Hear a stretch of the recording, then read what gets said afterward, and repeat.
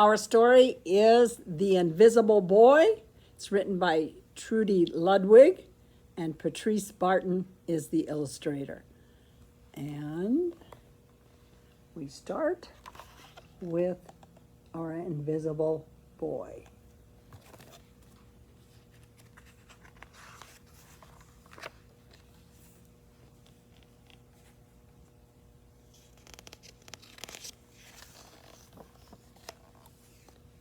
Can you see Brian, the invisible boy? Even Mrs. Carlotti has trouble noticing him in her classroom. She's too busy dealing with Nathan and Sophie.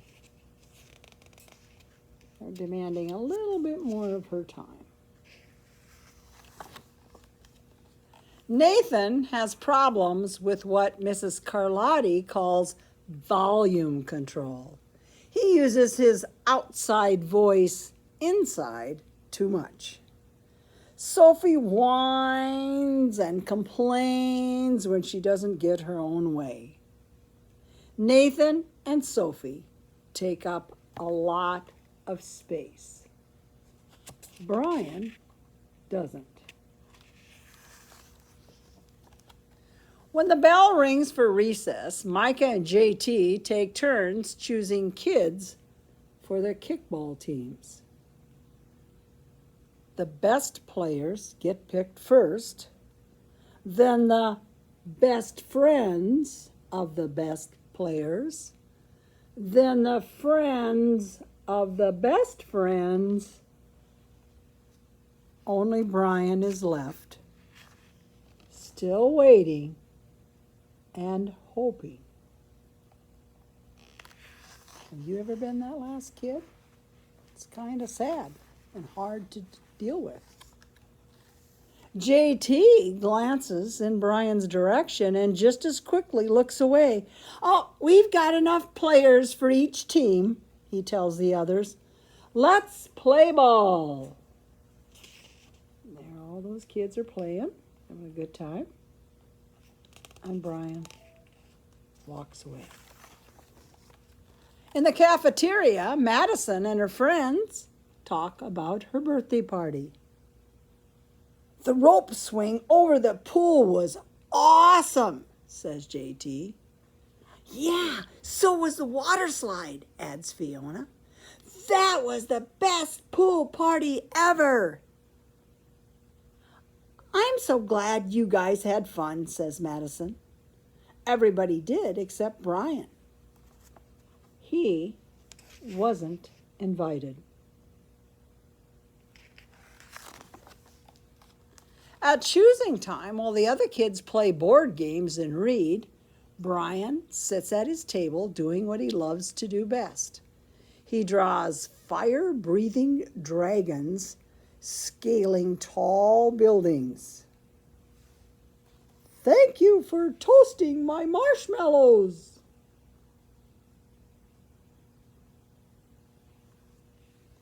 Space aliens locked in intergalactic battles. I got you now. Greedy pirates digging for treasure.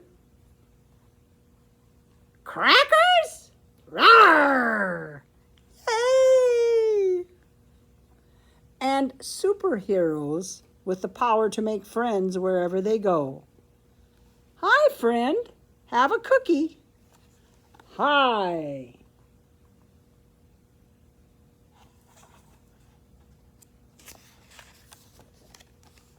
On Monday morning, Mrs. Carlotti introduces Justin, a new student, to the class. Brian smiles shyly at him. Some of the other kids sneak looks at Justin, trying to figure out if he's cool enough to be their friend. They haven't quite made up their minds yet.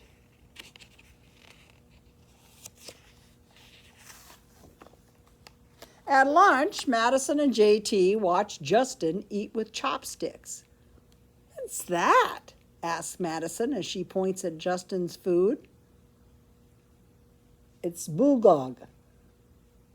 What? Bulgogi. It's Korean barbecued beef. My grandma made it for me. It's really good. Do you want to try some? There's no way I'd eat burgergy. And the other kids laugh. All of them, that is, except Brian. He sits there wondering which is worse, being laughed at or feeling invisible. The next day, when Justin goes to his cubby to put away his backpack, he notices a piece of paper with his name on it. Justin, I thought the bulgogi looked good. Brian. Yum.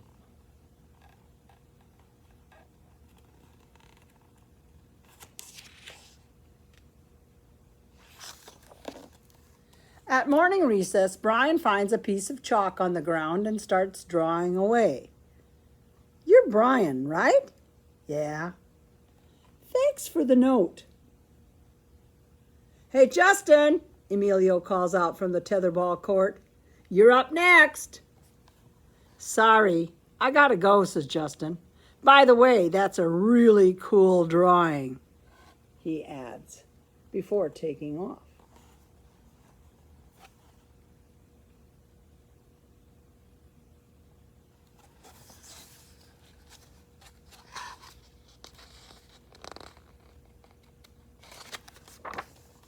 Back in class, Mrs. Carlotti asked the kids to team up in twos or threes for a special project.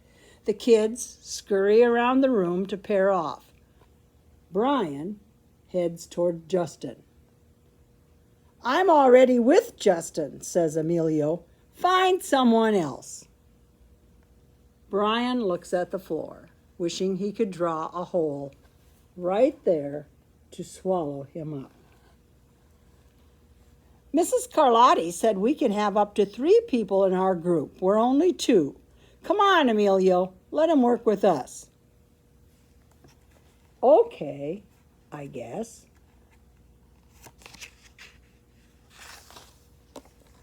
Mrs. Carlotti gives the class directions for the project. Your assignment is to work together to write a story about what you see in that photograph. Use your imagination and have fun.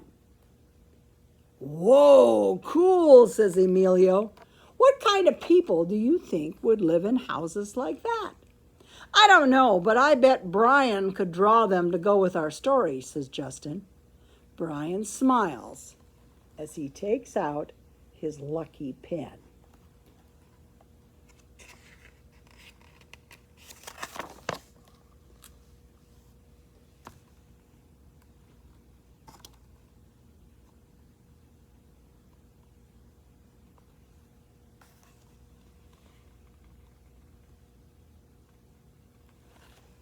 And their story starts like this. Narrator. Hi, I'm the narrator.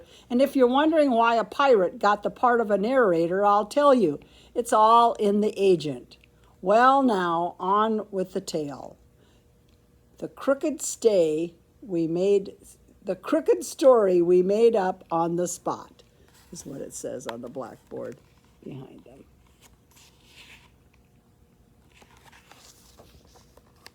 It's lunchtime again. Brian's least favorite part of the day. Another 20 long minutes of kids talking and laughing with everyone else but him. Brian, he hears someone shout, Hey, Brian, over here. Brian turns and sees Justin waving him over. Emilio nods at Brian as he makes room for him at the table.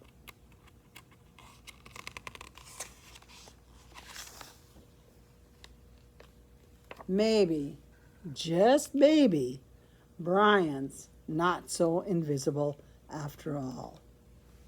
Cookie? Thanks. And you notice even his lunch bag has drawings on it. And as we told the story, he was gaining more and more color because kids paid attention to him, talked to him, and accepted him, and really appreciated the gifts and the talents he had. Think about people that are around you that might feel invisible and how you can help them feel part of the team, the class, the group, the gang, your friends group. Thanks. Bye-bye.